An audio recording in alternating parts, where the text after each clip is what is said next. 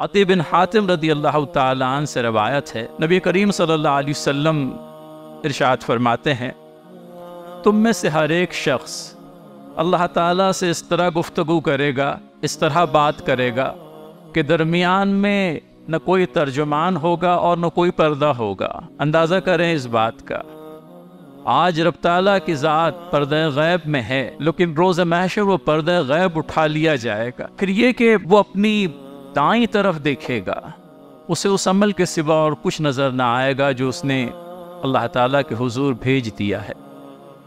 وہ اپنی بائیں طرف دیکھے گا، اسے اپنے عمل کے سوا کچھ اور دکھائی نہیں دے گا۔ وہ اپنے سامنے کی طرف دیکھے گا تو سوائے دوزخ کی آگ سے اسے کچھ بھی نظر نہ آئے گا۔ تب اللہ کے نبی صلی اللہ علیہ وسلم نصیحت کرتے ہیں، تو اس آگ سے بچو کھجور کے ایک ٹکڑے کے ذریعے سے ہی صحیح۔ الحمدللہ رب العالمین والصلاة والسلام علی رسولہ الامین وآلہ وصحبہ اجمعین۔ فاعوذ باللہ من الشیطان الرجیم۔ کلا اذا دکت الارض دکا دکا وجاء ربک والملک صفا صفا وجیء یومئذ بجہنم یومئذ یتذکر الانسان وعنى له الذکرى یقول یا لیتنی قدمت لحیاتی فیومئذ لا یعذب عذابہ احد ولا یوثق وثاقہ احد۔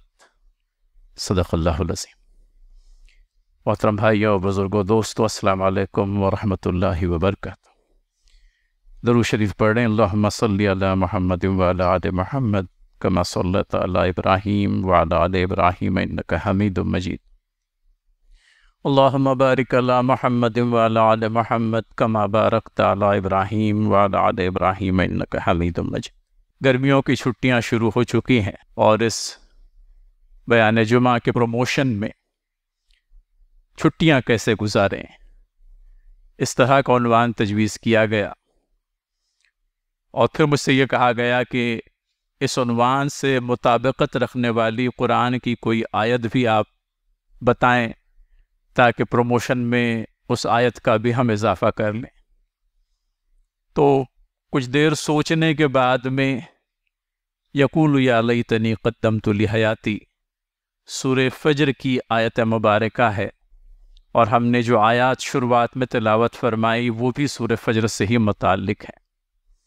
یقول یا لیتنی قدمت لحیاتی، کاش اس زندگی کے لیے میں نے کوئی سامان کیا ہوتا، کاش اس دن کے لیے میں نے کوئی پیشگی تیاری کی ہوتی۔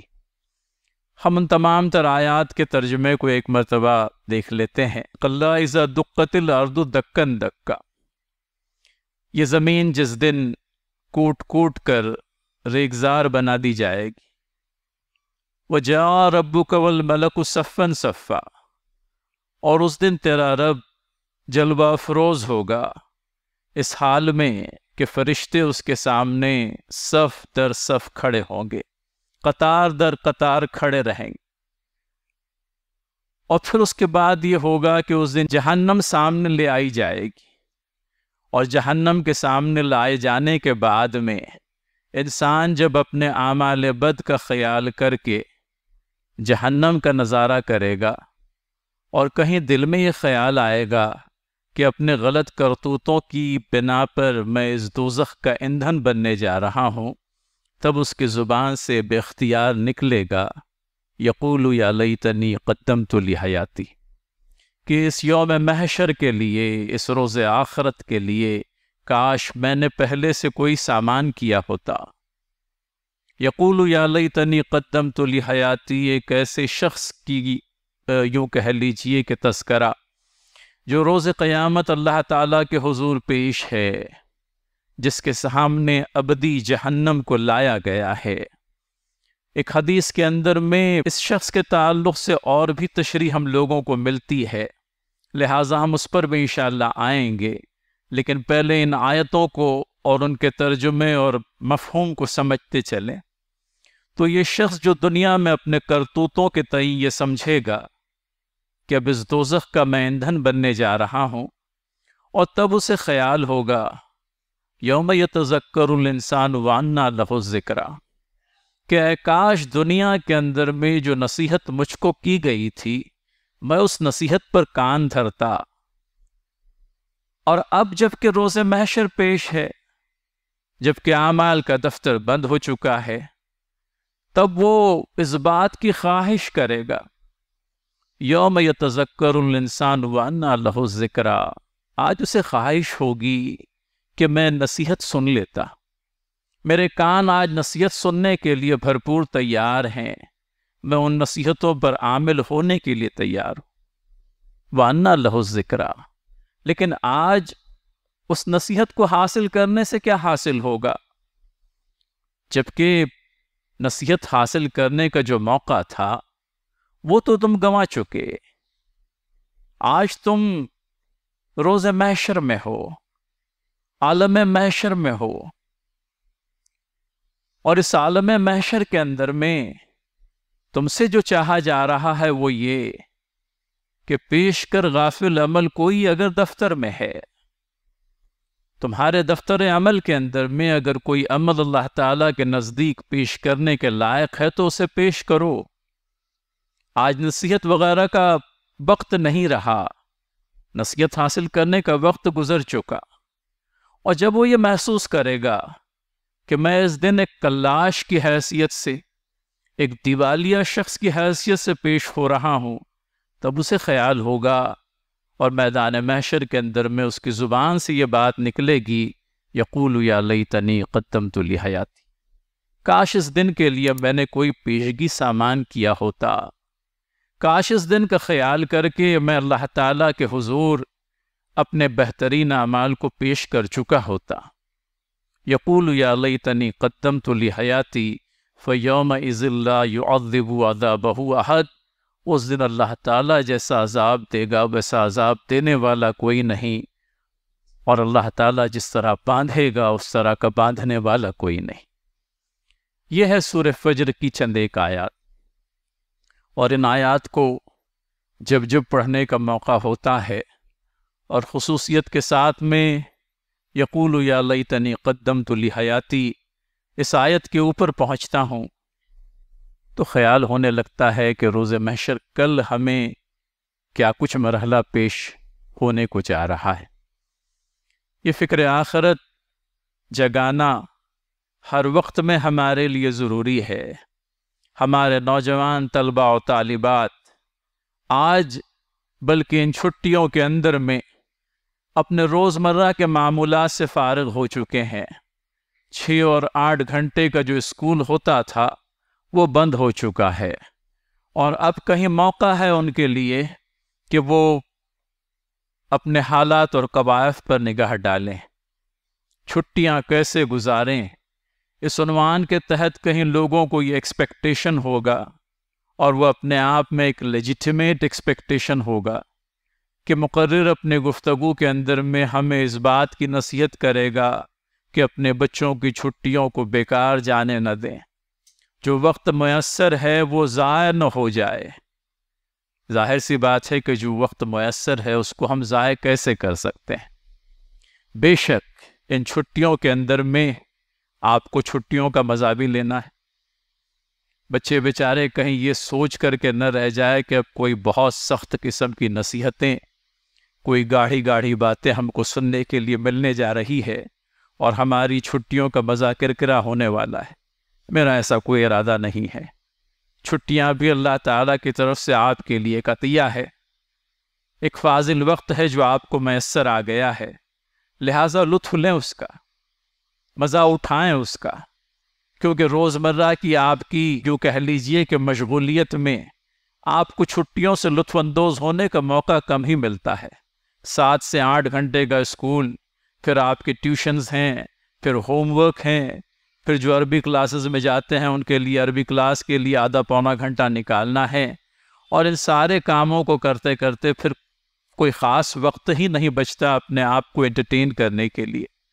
لہٰذا اب موقع میسر آیا ہے تو ہم چھٹیوں کا مزہ اٹھائیں گے، ضرور اٹھائیے۔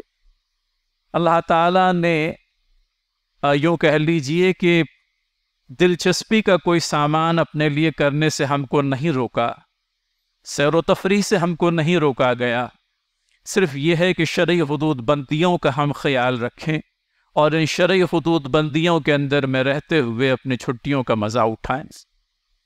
البتہ یہ وقت فاضل جہاں مزہ اٹھانے کے لیے ہے، وہیں پر کہیں ان آیات کے اوپر غور و فکر کرنے کے لیے بھی تو ہے۔ ہم محسوس کرتے ہیں کہ ہم ابھی یوں کہہ لیجئے کہ بچپن کے یا لڑکپن کے ایام سے گزر رہے ہیں، اور روز محشر تو ابھی بہت دور ہے۔ ہمیں تو اپنی زندگی کی اور بھی بہاریں دیکھنی ہے، لہٰذا ہمارے پاس میں وقت بہت سارا ہے۔ ہم اپنی قبر اور آخرت کے لیے بات کو تیاری کر لیں گے، لیکن میرے بھائی وقت کا کیا بھروسہ ہے؟ ہمارے ایک عزیز ساتھی جو عمر میں ہم سے بھی تھوڑے ہیں، میں سمجھتا ہوں 50 برس کے لگ بھگ ہوں گے، کل ہی ان کو دل کی شکایت ہوئی، معاف کیجیے گا چند روز پہلے، اور ان کا انجیوگراف کرانا پڑا۔ اب اس رپورٹ سے پتہ چلے گا کہ آگے ان کو انجیوپلاسٹ کرنا پڑتا ہے یا خدا نخواستہ کچھ اور مرحلے سے گزرنا پڑتا ہے۔ حیات کا کوئی بھروسہ نہیں، آپ دیکھیں۔ اور یہ جو تیاری ہے یہ تو ہوش سنبھالتے ہی ہم کو کرنا ہے۔ روز آخرت کی تیاری، ایک ایسے دن کی تیاری جس میں کامیاب گزرنے کے بعد میں ہمیشگی کی جنتیں ہماری منتظر ہے۔ اس دنیا کے لیے بیش پلاننگ ہوئی ہونی بھی چاہیے۔ بہرحال اس دنیا کو فراموش کرنے کی تعلیم ہمیں نبینا حضرت محمد مصطفیٰ صلی اللہ علیہ وسلم سے نہیں ملتی، لیکن بہرحال جو مطمئن نظر ہو وہ روز آخرت ہو، اور اس روز آخرت کے لیے، اس کی کامیابی اور کامرانی کے لیے اللہ تعالیٰ نے اس دنیا کے اندر میں ہمیں مہلت عمل بخشی ہے۔ لہٰذا اس مہلت عمل سے بھرپور استفادہ کریں۔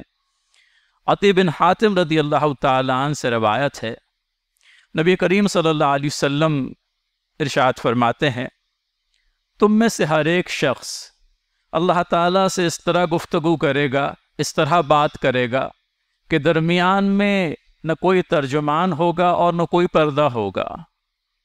اندازہ کریں اس بات کا، آج رب تعالیٰ کی ذات پردہ غیب میں ہے، لیکن روز محشر وہ پردہ غیب اٹھا لیا جائے گا۔ نبینا حضرت محمد مصطفیٰ صلی اللہ علیہ وسلم کہتے ہیں، ہر شخص اپنے رب سے ایسے بات کرے گا کہ رب اور اس کے درمیان میں، اللہ تعالیٰ اور اس کے درمیان میں نہ کوئی پردہ ہوگا نہ ترجمان ہوگا۔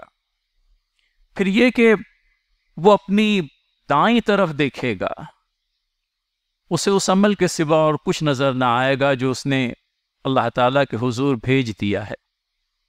وہ اپنی بائیں طرف دیکھے گا، اسے اپنے عمل کے سوا کچھ اور دکھائی نہیں دے گا۔ وہ اپنے سامنے کی طرف دیکھے گا تو سوائے دوزخ کی آگ سے اسے کچھ بھی نظر نہ آئے گا۔ تب اللہ کے نبی صلی اللہ علیہ وسلم نصیحت کرتے ہیں، تو اس آگ سے بچو کھجور کے ایک ٹکڑے کے ذریعے سے ہی صحیح، دوزخ کی آگ سے بچو کھجور کے ایک ٹکڑے کے ذریعے سے ہی صحیح۔ کتنا چھوٹا ہوگا کھجور کا ٹکڑا، اور اس کا صدقہ کر کے بھی اگر دوزخ کی آگ سے بچنے کا کوئی سامان اے بندہ خدا تم کر سکتے ہو تو ضرور کرو۔ عائشہ رضی اللہ تعالی عنہ بیان کرتی ہے، ایک مرتبہ اللہ کے نبی صلی اللہ علیہ وسلم کی موجودگی میں رو پڑی۔ اللہ کے نبی صلی اللہ علیہ وسلم نے پوچھا، عائشہ تمہیں کس بات نے رلایا؟ کہتی ہیں مائی عائشہ رضی اللہ تعالی عنہ کہ مجھے دوزخ کا خیال ہوا، اور دوزخ کا خیال آنے سے میں رو پڑی۔ پھر پوچھتی ہیں کہ کیا اس دن ہم اپنے اہل و عیال کو یاد نہیں رکھیں گے؟ اللہ کے نبی صلی اللہ علیہ وسلم نے کہا کہ 3 مقامات ایسے ہوں گے جہاں بندہ اپنے اہل و عیال کو بھی یاد نہیں رکھے گا، اور وہ مقامات کون سے ہیں؟ پہلا مقام بیان ہوا میزان کا، جبکہ اعمال تو لے جائیں گے اور پتہ چلے گا کہ نیکیوں کا پلڑا بھاری ہے یا خدا نخواستہ برائیوں کا پلڑا بھاری، اور انسان کو جب یہ اطمینان ہو جائے گا کہ اس کے نیکیوں کا پلڑا بھاری ہے تب تو اطمینان کی کیفیت ہے، لیکن جب یہ اعمال میزان عمل میں تولے جائیں گے تب اسے اپنے علاوہ اپنے بال بچوں کی کوئی فکر نہیں ہوگی، کوئی خیال نہ ہوگا۔ دوسرا مقام بیان ہوتا ہے اعمال ناموں کی تقسیم کے وقت میں نیکوکاروں کا اعمال نامہ ان کے سامنے کی طرف سے ان کے سیدھے ہاتھ میں دیا جائے گا، اور بدکاروں کا اعمال نامہ ان کے پیچھے کی طرف سے ان کے الٹے ہاتھ میں دیا جائے گا۔ تو یہ بھی ایک مقام ایسا ہوگا جبکہ بندے کو اپنے علاوہ کسی اور کا ہوش نہیں ہوگا۔ وہ اہل و عیال جن کی رضا کی خاطر اس دنیا کے اندر میں اس نے ساری حدیں پھلانگ دی، وہ بھی اس کو اس دن یاد نہیں رہیں گے۔ تو اعمال ناموں کی تقسیم کا وہ مقام ہے جہاں انسان کو اپنے اہل و عیال یاد نہیں رہیں گے۔ اور پھر اس کے بعد میں ایک تیسرا مقام بیان ہوتا ہے کہ جب پلسرات کو جہنم پر رکھ دیا جائے گا اور بندوں سے کہا جائے گا کہ اب پلسرات پر سے چلو، تب کسی حدیث میں یہ بات بھی آتی ہے کہ نیکوکار جو ہے کہیں بجلی کی تیزی کے ساتھ میں اس پلسرات سے گزر جائیں گے، کچھ ہے تو اور کم تیزی سے، کچھ ہے تو اور کم تیزی سے، کچھ ہے تو اور کم تیزی سے، کچھ بہت ہی مدھم چال سے گزریں گے پلسرات سے گزرنا۔ تو یہ بھی وہ مقام ہوگا جہاں بندے کو اپنے علاوہ کسی اور کا ہوش نہیں رہے گا، اپنے بال بچوں تک کے وہ بھول جائے گا۔ تو یہ وہ مقامات حضرت عائشہ رضی اللہ تعالیٰ عنہ کی اس حدیث سے ہم لوگوں کو پتہ چلتے ہیں۔ اور پھر اس کے بعد میں حضرت عائشہ رضی اللہ تعالیٰ عنہ سے ہی ایک اور حدیث مروی ہے۔ اللہ کے نبی صلی اللہ علیہ وسلم اپنی چند ایک نمازوں میں اللہم حاسبنی حسابا یسیرا یہ دعا پڑھا کرتے تھے۔ ہم جانتے ہیں سورہ غاشیہ کے اندر میں اخیر کو جب وہ آیات آتی ہے کہ تم اللہ تعالیٰ کی طرف لوٹوں گے اور پھر اللہ تعالیٰ تم سے حساب لے گا، تو وہاں ہمیں یہ مسنون روایت ملتی ہے، یہ مسنون عمل ملتا ہے کہ اس آخری آیت کو سننے کے بعد میں ہم اللہ تعالیٰ سے حالت نماز میں دعا کریں، اللہم حاسبنی حسابا یسیرا، اے باری تعالیٰ میرا آسان حساب لے۔ تو پوچھ بیٹھی حضرت عائشہ رضی اللہ تعالی عنہ کہ اس آسان حساب سے کیا مراد ہے؟ کہا اللہ کے نبی صلی اللہ علیہ وسلم نے کہ آسان حساب سے یہ مراد ہے کہ اعمال نامے پر ایک نگاہ ڈال دی جائے اور پھر اس سے صرف نگاہ کر دی جائے۔ اعمال نامے پر ایک نگاہ ڈالی جائے اور اعمال نامے پر نگاہ ڈالنے کے بعد میں صرف نظر کر دیا جائے۔ رحمان و رحیم پروردگار سے اچھی اور نیک امیدیں باندھے رکھیں کہ کہا اللہ کے نبی صلی اللہ علیہ وسلم نے جس کے اعمال کے سلسلے میں جرحہ کی گئی، جس کے اعمال کے سلسلے میں کراسنگ کی گئی، وہ بیچارہ ہلاک ہوا۔ لہٰذا سیکھے اپنے نبی سے دعا، اللہم حاسبنی حسابا یسیرا، اے باری تعالیٰ اگر میرا حساب ہی مقدر ہے تو مجھ سے آسان حساب لے۔ اور پھر اس کے بعد میں خوشخبری ابن عمر رضی اللہ تعالیٰ عنہ سے روایت ہے، اللہ تعالیٰ روز قیامت مومن کو قریب کر لے گا، اس پر اپنی مغفرت کا پردہ ڈال دے گا، اس کو اپنی رحمت کے پردے میں چھپا لے گا، پھر یکے بعد دیگرے اس کے گناہوں سے دکھائے جائیں گے۔ کیا تم نے یہ عمل کیا تھا؟ اللہ تعالیٰ کے حضور انکار کرتے تو نہیں بنے گی اور جھوٹ کھڑنے کا تو کوئی سوال ہی نہیں، لہٰذا وہ اعتراف کرے گا کہ ہاں باری تعالیٰ تیری جناب میں یہ گستاخی ہوئی۔ پھر اسے کوئی اور گناہ دکھایا جائے گا، وہ اپنے اس گناہ کا بھی اعتراف کر لے گا، یہاں تک کہ اپنی زندگی کے اندر میں اس نے جتنے گناہ کیے تھے ان سارے گناہوں کو اسے دکھایا جائے گا اور وہ ہر ایک گناہ کا اعتراف کرتا چلا جائے گا، یہاں تک کہ وہ اپنے جی میں یہ خیال کرے گا کہ اب دوزخ میں جانے کے علاوہ اور کوئی چارہ باقی نہیں رہا، اب ایک ہی راستہ ہے کہ میرے ان گناہوں کی پاداش میں اللہ تعالیٰ مجھے واصل جہنم کر دے۔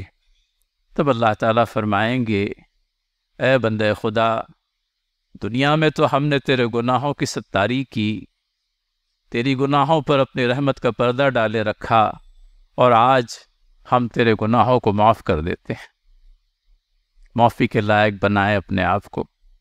اللہ تعالیٰ عفو درگزر سے بھرپور ہے، لیکن اس کی طرف رجوع کرنے کی ضرورت ہے، صدق دل کے ساتھ میں، اخلاص نیت کے ساتھ میں، گناہوں کو آئندہ نہ کرنے کے ارادے کے ساتھ۔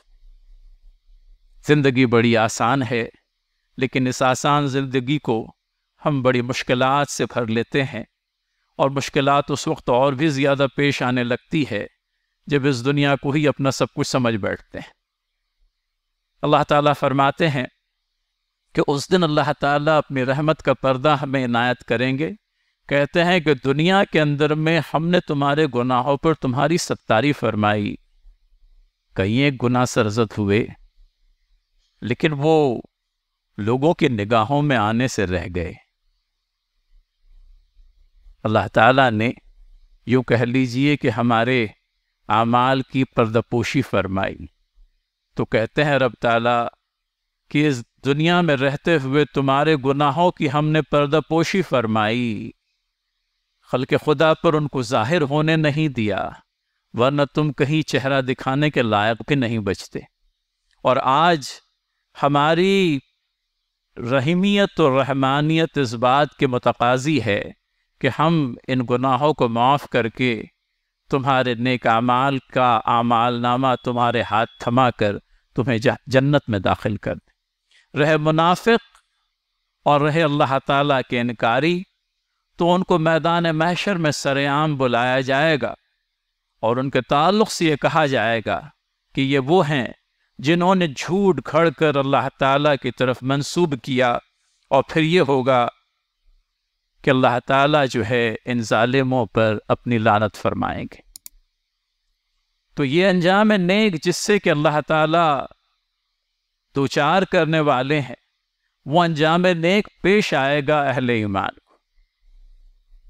فکر آخرت کریں، وقت گزرتا جا رہا، ہم نے جوانی کے ایام گزار دیے اور اب ہم بڑھاپے کی دہلیز پر کھڑے ہیں، اور وہ بھی جو ابھی ایام طفلی میں ہیں، بچے ہیں، وہ جو ابھی نوجوان ہے، وہ جن کو گرما کی چھٹیاں میسر آئی۔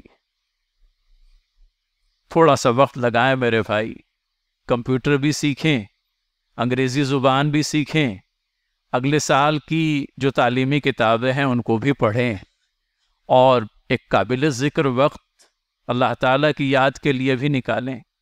عام دنوں میں تو وقت نکلنا بڑا کٹھن ہوتا ہے، یہاں تک کہ نمازیں بھی کبھی بے جماعت اور خدا نخواستہ قضا ہو جاتی ہیں۔ چھٹیوں کی پلاننگ کریں، اب تو کوئی مصروفیت نہیں ہے، کہیں اسکول میں جانا نہیں ہے، ٹیوشن کلاسز اگر ہوگی بھی تو کچھ وقت کے لیے، لہٰذا نمازوں کی پابندی، باجماعت نماز کی ادائیگی، قرآن کریم کی تلاوت، اور صرف تلاوت ہی نہیں، آپ کی عمر ہے، آپ سمجھ سکتے ہیں کتاب اللہ کو، آپ اردو کے جانکار ہیں، اور اگر اردو نہیں جانتے تو انگریزی میں پڑھیے۔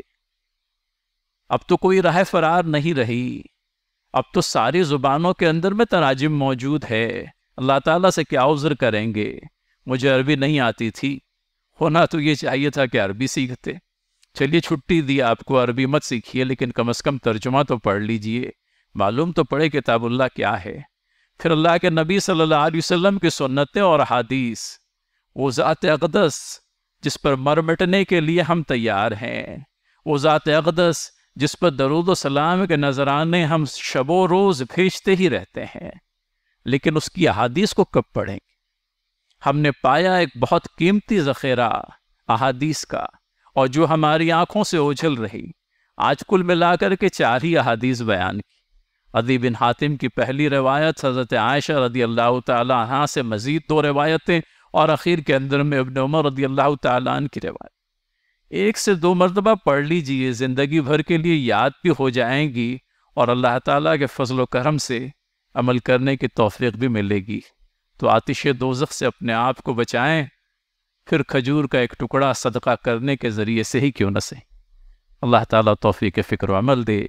ربنا تقبل منا انك انت السميع العليم وتب علينا انك انت التواب الرحيم، واخر دعوانا الحمد لله۔